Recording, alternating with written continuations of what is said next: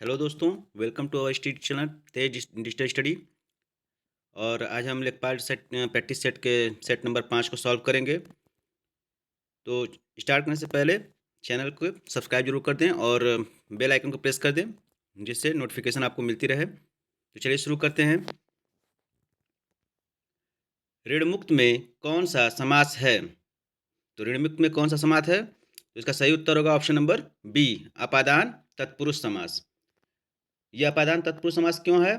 तो इसमें जो विभक्ति लगी है वह क्या है? अपादान कारक की जो विभक्ति है वह से, यानी ऋण से मुक्त। तो और इसी प्रकार से अन्य उदाहरण हम दे सकते हैं, जैसे धनहीन, धन से हीन, पथभ्रष्ट, पथ से भ्रष्ट। तो क्या होता है, इससे अलग होने का भाव जिसमें दिखता है वह अपादान तत्पुरुष होता है। तो इसका सही उत्तर होगा ऑप्शन नंबर बी, अपादान तत्पुरुष।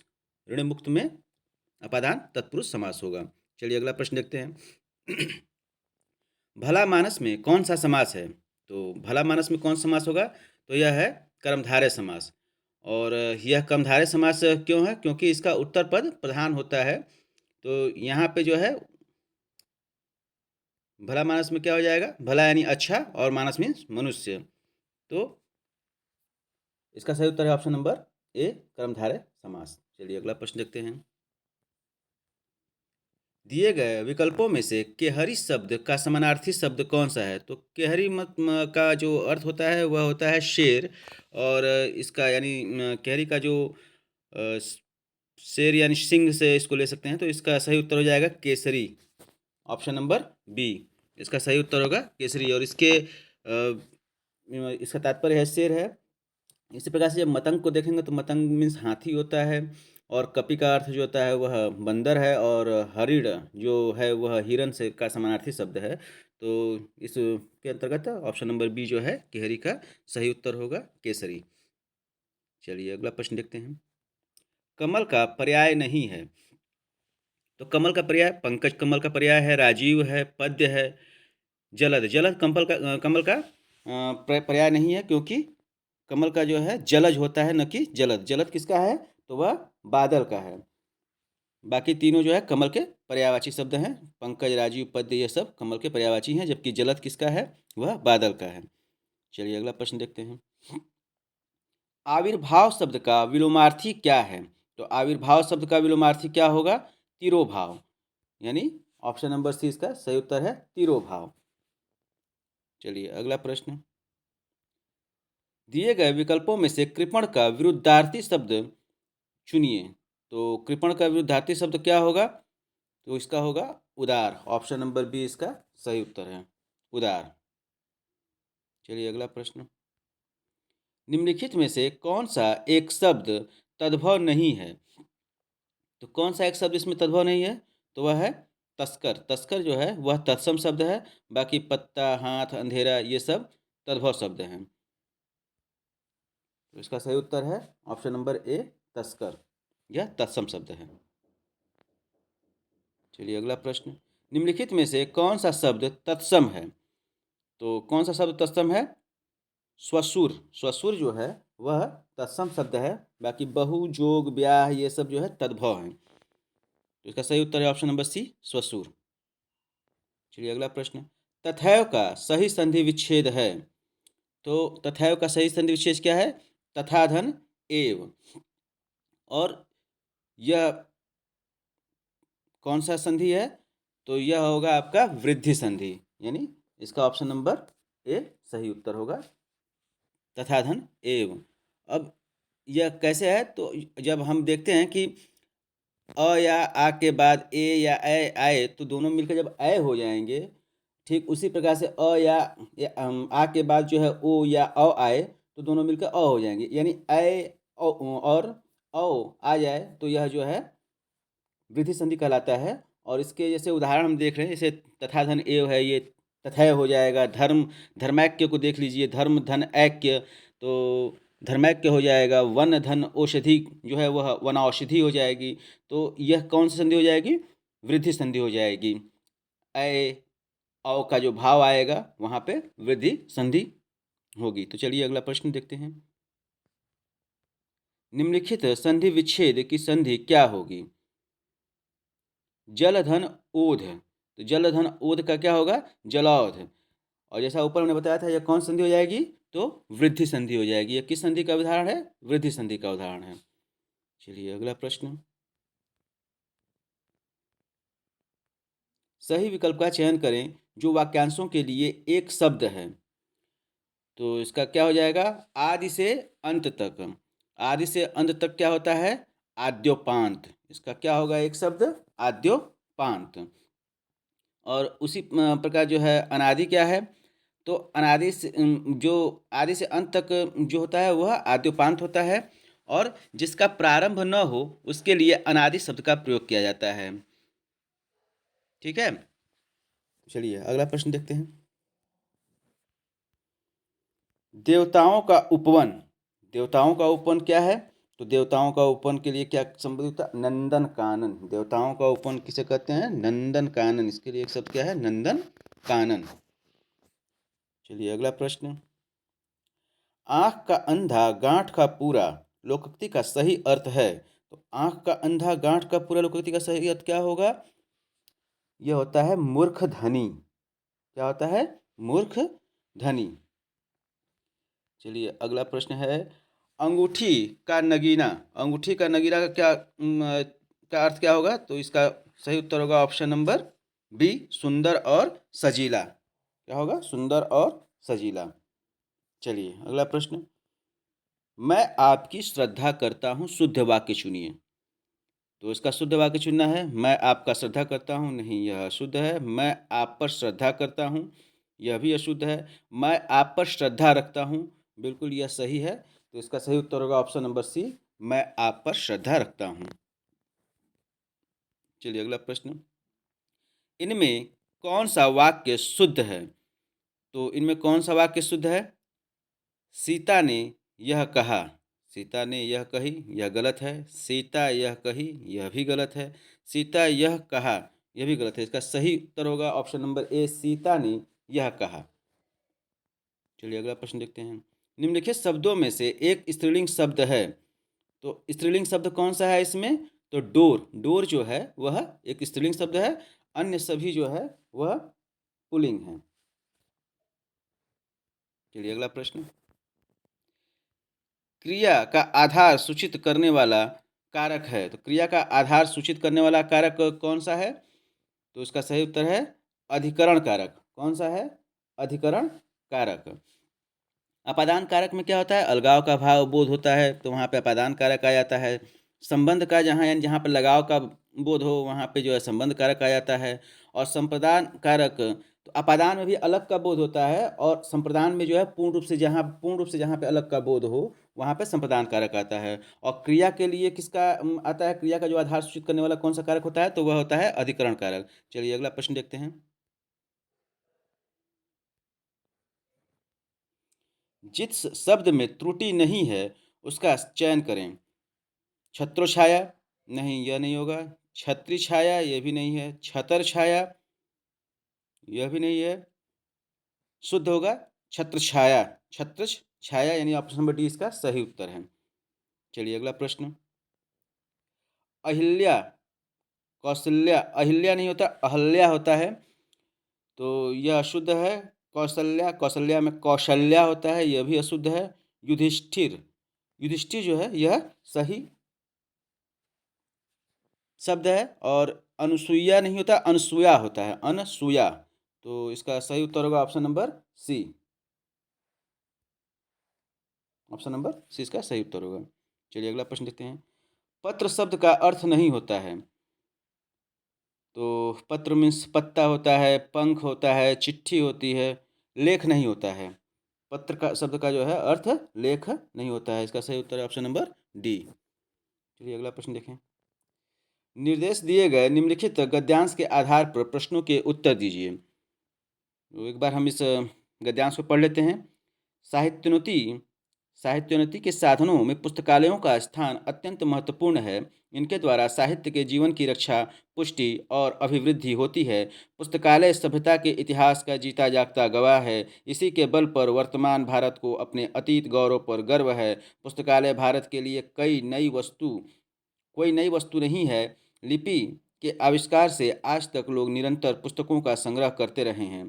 पहले देवालय, विद्यालय और नृपालय इन संग्रहों के प्रमुख स्थान होते थे। इनके अतिरिक्त विद्वजनों के अपने निजी पुस्तकालय भी होते थे। मुद्रण कला के आविष्कार से पूर्व पुस्तकों का संग्रह करना आजकल की तरह सरल बात न थी। आजकल साधारण स्थिति के पुस्तकालय में जितनी संपत्ति लगती है, उतनी इन दिनों कभी कभी एक पुस्तक की तैयारी में लग जाया करती थी। भारत के पुस्तकालय संसार भर में अपना सानी रखते थे। प्राचीन काल से मुगल सम्राटों के समय तक यही स्थिति रही। चीन, फारस प्रभृति सुदूर स्थित देशों से झुंड के झुंड विद्यानुरागी लंबी यात्राएं करके भारत आया करते थे। तो चलिए अगला इन गद्यांशों से संबंधित प्रश्नों को देखते हैं। उपयुक्त गद्यांश का उचित शीर्षक क्या हो सकता है? तो इसमें पुस्तकालय की चर्चा की जा रही है और भारत की जा रही है, तो पुस्तकालय और भारत इसका जो है सही शीर्षक होगा। तो इसका सही उत्तर होगा ऑप्शन नंबर डी, पुस्तकालय और भारत। चलिए अगला प्रश्न, गद्यांश में रेखांकित अंश की उचित उत्तर क्या होगी?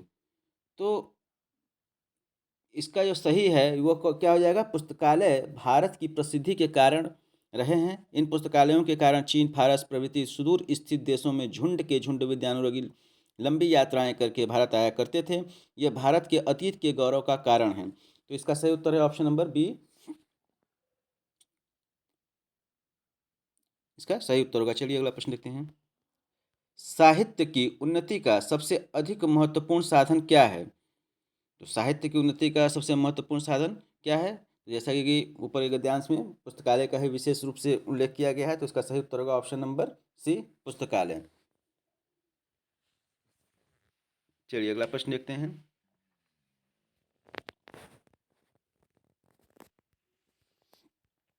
निम्नलिखित में से कौन सा ज्ञान के सिद्धांत पर बल देता है? तो ज्ञान के सिद्धांत पर कौन बल देता है? वह है उपनिषद, यानी ऑप्शन नंबर डी इसका सही उत्तर होगा, उपनिषद। और उपनिषद यह मूल रूप से जो है संस्कृत भाषा में लिखे गए थे। फारसी में जो है दाराशिकों ने इसे जो है 17वीं सदी में इसका अनुवाद करवाया था। तो ज्ञान के सिद्धांत पर जो है बल देता है वह है उपनिषद, यानी इसका उत्तर ऑप्शन नंबर डी इसका सही उत्तर होगा। चलिए अगला प्रश्न देखते हैं। दिल्ली में अलाउद्दीन खिलजी के शासनकाल की अवधि क्या थी? तो अलाउद्दीन खिलजी के शासनकाल की अवधि क्या थी? तो इसका सही उत्तर है ऑप्शन नंबर ए, 1296 से 1316 ईस्वी तक अलाउद्दीन खिलजी का शासनकाल था।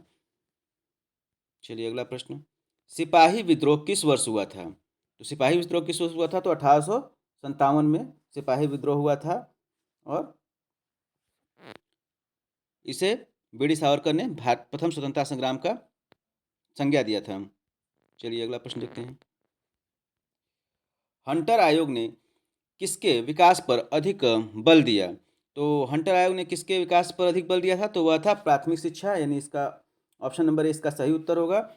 और हंटर आयोग किसके काल में आया था? तो यह 1881 में जो है, सॉरी 1882 में जो है रिपन के समय में जो है इसका गठन किया गया था और यह प्राथमिक शिक्षा पर विशेष बल दिया था। चलिए अगला प्रश्न देखते हैं। अलीगढ़ मुस्लिम विश्वविद्यालय की स्थापना किसने की थी? तो अलीगढ़ मुस्लिम विश्वविद्यालय की स्थापना कब हुई थी? तो 1875 में हुई थी और सर सैयद अहमद खां द्वारा किया गया था। और इसका उस समय क्या नाम था? तो मोहम्मद एंग्लो ओरिएंटल कॉलेज के रूप में इसकी स्थापना की गई थी और 1920 में इसे अलीगढ़ मुस्लिम विश्वविद्यालय कहा जाने लगा। तो इसका सही उत्तर है option number A, sir Syed Ahmad Khan ने अलीगढ़ मुस्लिम विश्वविद्यालय की स्थापना 1875 में की थी। चलिए अगला प्रश्न, निम्नलिखित में से कौन सही सुमेलित नहीं है? आंधी उत्तर प्रदेश, काल बैसाखी पश्चिम बंगाल, लू पश्चिम भारत, उत्तर और पश्चिम भारत है, आम वर्षा उड़ीसा। यह गलत है। जो आम वर्षा है वह दक्षिण भारत में होता है और मुख्य रूप से केरल में यह होता है। चलिए अगला प्रश्न देखते हैं।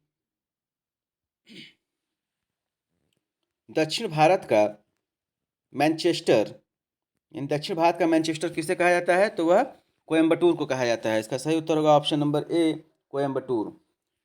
कोयम्बटूर जो है वह तमिलनाडु में स्थित है और यह क्या है, एक औद्योगिक नगरी है। चलिए अगला प्रश्न, भाखड़ा बांध किस नदी पर बना हुआ है? तो भाखड़ा बांध जो है वह सतलज नदी पर बना है और यह कहाँ पे है, तो यह हिमाचल प्रदेश में है।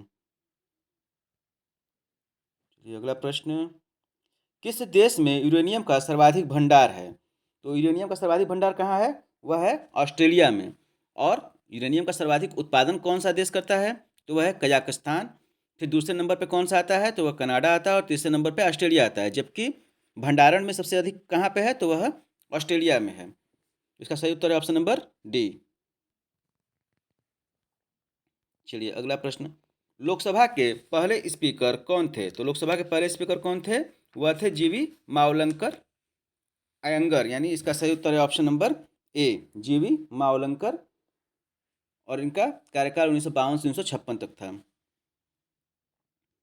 चलिए अगला प्रश्न देखते हैं, भारत के संविधान के किस अनुच्छेद के अधीन राज्यों के राज्यपाल को अध्यादेश जारी करने की शक्ति प्राप्त है? तो इसका सही उत्तर होगा ऑप्शन नंबर सी, 213 में जो है वह राज्यपाल को अध्यादेश जारी करने की जो है शक्ति दी गई है। और अनुच्छेद 123 के अंतर्गत राष्ट्रपति को यह शक्ति प्रदान की गई है। चलिए अगला प्रश्न, संसद के खर्च किसके द्वारा नियंत्रित किए जाते हैं? तो संसद का खर्च जो है वो किसके द्वारा नियंत्रित किया जाता है, तो यह नियंत्रक और महालेखा परीक्षक के द्वारा किया जाता है। और नियंत्रक और महालेखा परीक्षक का उल्लेख संविधान के आर्टिकल किस में किया गया है, तो 148 से 151 के अंतर्गत जो है नियंत्रक महालेखा परीक्षा का उल्लेख किया गया है। चलिए अगला प्रश्न देखते हैं, भारत का सबसे कम जनसंख्या वाला राज्य है? तो भारत का सबसे कम जनसंख्या वाला राज्य कौन सा है, वह है सिक्किम। सिक्किम जो है भारत का सबसे कम जनसंख्या वाला राज्य है, जबकि क्षेत्रफल की दृष्टि से गोवा जो है सबसे छोटा राज्य है। चलिए अगला प्रश्न देखते हैं, निम्नलिखित में से शक्ति का मात्रक कौन सा है? तो शक्ति का मात्रक कौन सा है, इसका सही उत्तर होगा ऑप्शन नंबर बी, जूल प्रति सेकेंड। जूल प्रति सेकेंड जो है वह शक्ति का मात्रक है। चलिए अगला प्रश्न, टूटकर गिरते हुए पिंडों के सिद्धांत की खोज किसने की? तो टूटकर गिरते हुए पिंडों के सिद्धांत की खोज किसने की थी, तो वह था गैलीलियो। यानी गैलीलियो ने टूटकर गिरते हुए पिंडों के सिद्धांत की खोज की थी। इसका सही उत्तर है ऑप्शन नंबर बी। भारी पानी की खोज किसने की थी? तो भारी पानी की खोज किसने की है, इसका सही उत्तर होगा ऑप्शन नंबर डी, यूरे ने। और ये जो भारी जल है इसको जो है परमाणु रिएक्टर में न्यूट्रॉनों के मंदक के रूप में इस्तेमाल किया जाता है। चलिए अगला प्रश्न देखते हैं, स्वस्थ मनुष्य का तापक्रम कितना होता है? तो स्वस्थ मनुष्य का तापक्रम जो होता है वो 36.9 डिग्री सेंटीग्रेड होता है। तो इसका देखें तो इसका सही उत्तर होगा option number C, 37 degree centigrade. और फ़ारेनहाइट में 98.6 डिग्री फ़ारेनहाइट होता है। यानी फ़ारेनहाइट में अगर होगा तो 98.6 डिग्री फ़ारेनहाइट होगा, और सेंटीग्रेड में देखा जाएगा तो 37 डिग्री सेंटीग्रेड होगा, और कैल्विन में अगर देखा जाएगा तो 310 कैल्विन होगा। चलिए अगला प्रश्न देखते हैं, बीसीजी वैक्सीन किस रोग में प्रयुक्त होता है? तो बीसीजी वैक्सीन किस रोग में प्रयुक्त होता है, तो वह क्षय रोग में प्रयुक्त होता है। यानी ऑप्शन नंबर बी इसका सही उत्तर होगा, क्षय रोग। चलिए अगला प्रश्न, निकट दृष्टि वाले लोगों द्वारा प्रयुक्त लेंस है?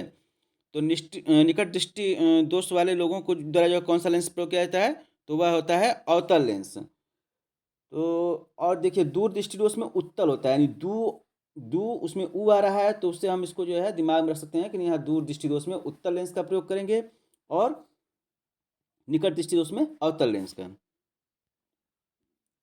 चलिए अगला प्रश्न, जीरो डिफेक्ट व जीरो इफेक्ट किससे महत्वपूर्ण रूप से जुड़े हुए संदर्भ हैं?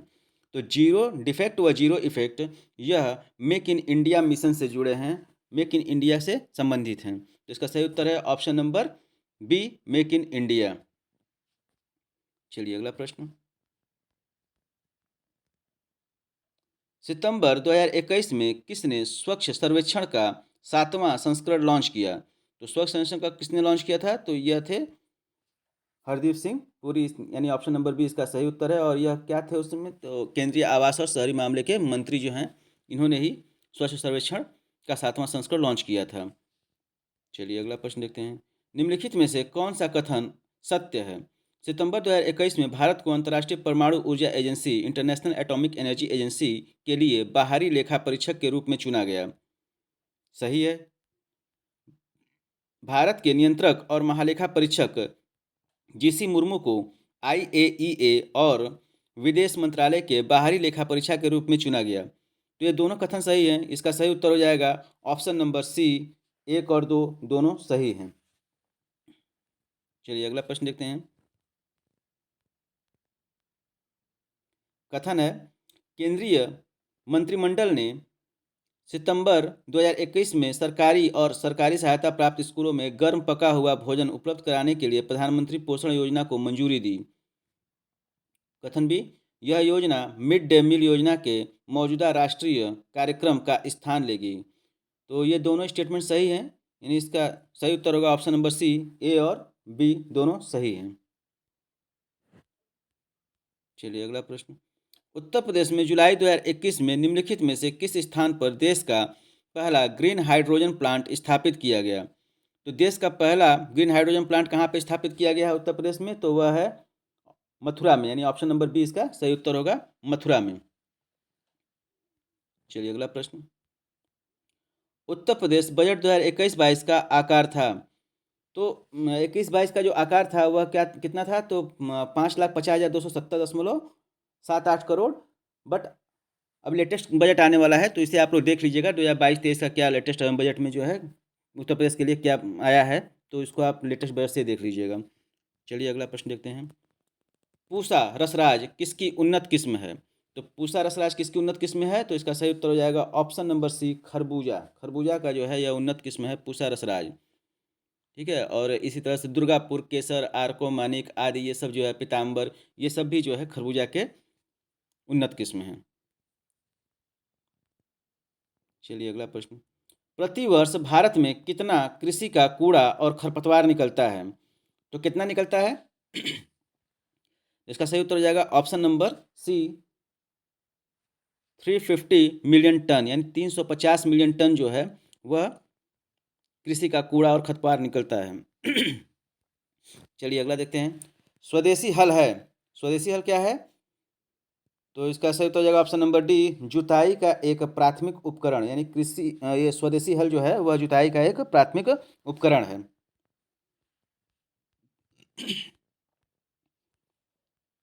भारत में सर्वाधिक और सबसे महत्वपूर्ण मिट्टी समूह कौन सा है? तो वह है जलोढ़ मिट्टी। कौन है? जलोढ़ मिट्टी। और जलोढ़ मिट्टी जो है वह क्या होती है? यह 2 प्रकार की होती है जलोढ़ मिट्टी, एक बांगर होती है और एक खादर होती है। बांगर जो होती है वह पुरानी जलोढ़ मिट्टी को कहते हैं और खादर जो है वह नई जलोढ़ मिट्टी को कहते हैं। और अगर आप जैसे कंफ्यूज कर रहे हो तो कि बांगर पुरानी है या खादर नई है, तो इसमें आप यदि बांगर ब से बूढ़ा होता है और बूढ़ा व्यक्ति क्या होता है? पुराना होता है। तो बांगर को हम हमेशा कहेंगे बांगर मिट्टी जो होती है वह पुरानी जलोढ़ मिट्टी है और खादर मिट्टी जो है वह नई जलोढ़ मिट्टी है। और जलोढ़ मिट्टी में मुख्य रूप से क्या क्या पाया जाता है? तो इसमें जो है पोटास व चूना की बहुलता पाई जाती है, यानी पोटास और चूना की जो है अधिकता होती है। और इसमें कमी किस किस का होता है? तो नाइट्रोजन और फास्फोरस एवं ह्यूमस की कमी पाई जाती है इसमें।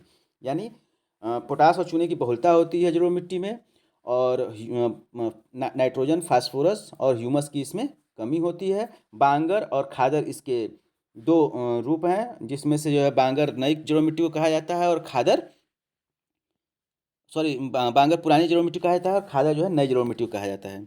चलिए अगला प्रश्न देखते हैं। निम्नलिखित में से कौन सी नदी उत्तर प्रदेश में बीहड़ों रैवनी का निर्माण करती है?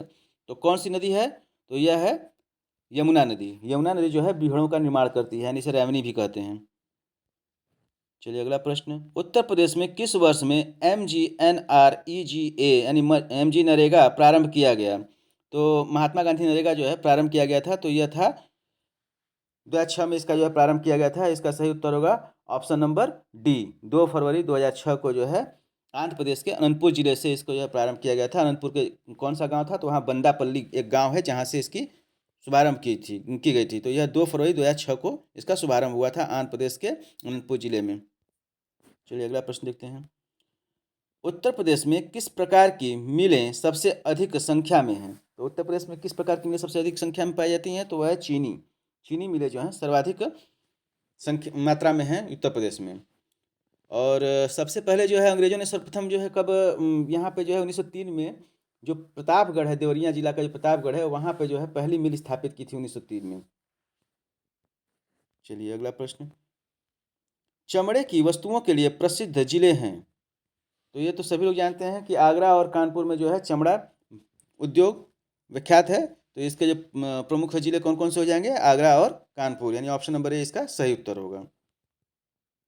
अगला प्रश्न, भूमि की पैमाइश नाप का कार्य कौन सा विभाग करता है? तो भूमि की पैमाइश नाप का जो कार्य कौन करता है? वह राजस्व विभाग करता है। और किसके द्वारा करता है? तो लेखपाल और कानूनगो के माध्यम से भूमि की पैमाइश करता है। चलिए अगला प्रश्न, राष्ट्रीय विकास परिषद के सचिव के रूप में भूमिका कौन निभाता है? तो वह सचिव योजना आयोग जो है राष्ट्रीय विकास परिषद के सचिव के रूप में भूमिका निभाता है। अगला प्रश्न, निम्नलिखित में से किसका निर्माण पंचायती राज व्यवस्था के तहत हुआ था? तो इसका सही उत्तर हो जाएगा ऑप्शन नंबर सी, ग्राम पंचायत। ग्राम पंचायत था और इसमें 3 संरचना थी। कौन कौन सी थी? ग्राम स्तर पर ग्राम पंचायत, खंड स्तर पे यानी ब्लॉक स्तर पर क्षेत्र पंचायत, और जिला स्तर पे जो है वह जिला पंचायत था। बाकी ये खाप पंचायत, जाति पंचायत, जन पंचायत, ये सब जो है पंचायती राज व्यवस्था के अंग नहीं थे। चलिए अगला प्रश्न, वह न्यूनतम जनसंख्या कितनी है जिसके नीचे 73वें संशोधन अधिनियम के उपबंध के अनुसार मध्यवर्ती स्तर पर पंचायतें गठित नहीं की जा सकती हैं? तो जहाँ पे जो है 20 लाख की आबादी से कम जनसंख्या है, वहाँ पे ये मध्यवर्ती स्तर की पंचायतें गठित नहीं की जा सकती, यानी इसका सही उत्तर होगा ऑप्शन नंबर बी। चलिए अगला प्रश्न देखते हैं, भारतीय संविधान के अनुच्छेद 243 जेड जे के अनुसार सहकारी समिति के निदेशकों की अधिकतम संख्या हो सकती है। तो सहकारी समिति के निदेशकों की अधिकतम संख्या कितनी हो सकती है? यह होती है 21 साल, यानी ऑप्शन 21 लोग जो होते हैं इसके मेंबर होते हैं। तो चलिए इसका सही उत्तर है ऑप्शन नंबर ए, 21। किसी राज्य में नगरपालिका का सीमा क्षेत्र अधिसूचित करने के लिए निम्नलिखित में से कौन सक्षम है? तो किसी भी राज्य में जो है नगरपालिका की सीमा क्षेत्र अधिसूचित करने के लिए कौन सक्षम पदाधिकारी होगा? तो वहाँ पे हो जाएंगे संबंधित राज्य के राज्यपाल, यानी ऑप्शन नंबर बी इसका सही उत्तर है। चलिए अगला प्रश्न, गरीबी उन्मूलन का नारा किस पंचवर्षीय योजना में दिया गया था? तो गरीबी उन्मूलन का नारा किस पंचवर्षीय योजना में दिया था? तो यह था पंचम पंचवर्षीय योजना, यानी 5वीं पंचवर्षीय योजना में जो है गरीबी उन्मूलन का नारा दिया गया था। और इसका पीरियड क्या था? तो 1974 से 1978 तक जो है 5वीं पंचवर्षीय योजना की अवधि थी। अगला प्रश्न, पिछड़े देशों के लिए रोलिंग प्लान का सुझाव किसके द्वारा दिया गया था? तो यह गुन्नार मेडल द्वारा दिया गया था। इसका सही उत्तर होगा ऑप्शन नंबर ए। और भारत में जो है जनता सरकार द्वारा रोलिंग प्लान को जो है लागू किया गया था, और ये सबसे पहले 1978 में इसको लागू किया गया था। चलिए अगला प्रश्न, सूची इसमें ये प्रश्न में है कि निम्नलिखित में से कौन सा युग्म सही सुमेलित नहीं है? तो कौन सा युग्म सही सुमेलित नहीं है? फसल, पौधारोपण, सर्वाधिक उत्पादक राज्य। तो जूट पश्चिम बंगाल सही है, चाय असम ये भी सही है, गन्ना उत्तर प्रदेश ये भी सही है, रबड़ हिमाचल प्रदेश नहीं, यह गलत है, क्योंकि रबड़ जो है वह मुख्य रूप से केरल में पाया जाता है। केरल में इसका जो है उत्पादन किया जाता है। तो यह ऑप्शन नंबर डी जो है गलत है। इसका सही उत्तर होगा रबड़ केरल में, न कि हिमाचल प्रदेश में। चलिए अगला प्रश्न, भारत की प्रमुख खाद्य फसल है। तो भारत की प्रमुख खाद्य फसल कौन सी है? तो इसका सही उत्तर है ऑप्शन नंबर बी, चावल। चावल जो है वह भारत की प्रमुख खाद्य फसल है। चलिए अगला प्रश्न, मालवीय चमत्कार एक प्रजाति है। तो मालवीय चमत्कार किसकी प्रजाति है? तो यह है अरहर की। किसकी है? अरहर की। मालवीय प्रजाति जो है अरहर की प्रजाति है। चलिए अगला प्रश्न, प्रधानमंत्री कौशल विकास योजना के अंतर्गत निम्नलिखित कथनों पर विचार कीजिए। यह श्रम एवं रोजगार मंत्रालय की फ्लैगशिप स्कीम है। नहीं, यह गलत है। यह केंद्र सरकार की फ्लैगशिप स्कीम है, न कि श्रम और रोजगार मंत्रालय की है। दूसरा स्टेटमेंट है, यह अन्य चीज़ों के साथ साथ सॉफ्ट स्किल, उद्यम वृत्ति, वित्तीय और डिजिटल साक्षरता में भी प्रशिक्षण उपलब्ध कराएगी। यह सही है। यह देश के अविनियमित कार्यबल की कार्यकुशलताओं को राष्ट्रीय कौशल योग्यता ढांचा के साथ जोड़ेगी। बिल्कुल सही है ये। तो ऑप्शन नंबर 2 और 3 सही है। बाकी पहला जो स्टेटमेंट है वह गलत है। वह श्रम मंत्रालय के अंतर्गत, श्रम और रोजगार मंत्रालय के अंतर्गत नहीं, बल्कि वह केंद्र सरकार के अधीन है। चलिए अगला प्रश्न। निम्न में से भारत सरकार की कौन सी नीति गरीबी रेखा से नीचे बीपीएल परिवारों को रसोई गैस उपलब्ध कराने से संबंधित है? तो वह कौन सा योजना है? तो यह है उज्ज्वला योजना, यानी ऑप्शन नंबर ए इसका सही उत्तर होगा। और उज्ज्वला योजना की शुरुआत कब की गई थी? 1 मई 2016 को उत्तर प्रदेश के बलिया से की गई थी। 1 मई 2016 को उत्तर प्रदेश के बलिया से उज्ज्वला योजना का प्रारंभ किया गया था। चलिए अगला प्रश्न। सांसद स्थानीय विकास निधि योजना आरंभ की गई थी, तो कब यह प्रारंभ किया गया था? तो 1993 में इसको जो है प्रारंभ किया गया था। और इसमें जो है 5 करोड़ रुपए जो है धनराशि सांसद को खर्च करने के लिए दी गई थी। चलिए अगला प्रश्न।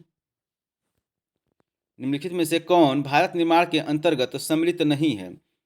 तो ग्रामीण आवास है, ग्रामीण जलापूर्ति भी है, ग्रामीण विद्युतीकरण है, ग्रामीण चिकित्सालय, यह जो है यह भारत निर्माण के अंतर्गत नहीं है। इसका सही उत्तर होगा ऑप्शन नंबर बी। अगला प्रश्न। ज्ञानदीप शिक्षा योजना उत्तर प्रदेश में प्रारंभ की गई। तो ज्ञानदीप शिक्षा योजना उत्तर प्रदेश में कब प्रारंभ की गई थी? तो यह सितंबर 2002 में प्रारंभ किया गया था। इसका सही उत्तर है ऑप्शन नंबर सी, सितंबर 2002। वर्तमान में लखनऊ में निम्नलिखित में से कौन कौन से हैं? तो ये जल संस्थान, नगर निगम विकास प्राधिकरण, जिला नगरीय विकास अधिकरण, तो ये सभी हैं। ये सारे ऑप्शन जो दिए गए हैं ये सभी जो है वर्तमान में लखनऊ में विद्यमान हैं, यानी इसका सही उत्तर होगा ऑप्शन नंबर डी। दोस्तों आई होप आप लोगों को वीडियो अच्छा लगा होगा, तो प्लीज़ शेयर ज़रूर करें। और अगर आपको अन्य किसी प्रकार के भी वीडियो की डिमांड है तो आप कमेंट में ज़रूर लिखें। हम पूरा प्रयास करेंगे कि आपको अच्छे कंटेंट उपलब्ध करा सकें। So thank you.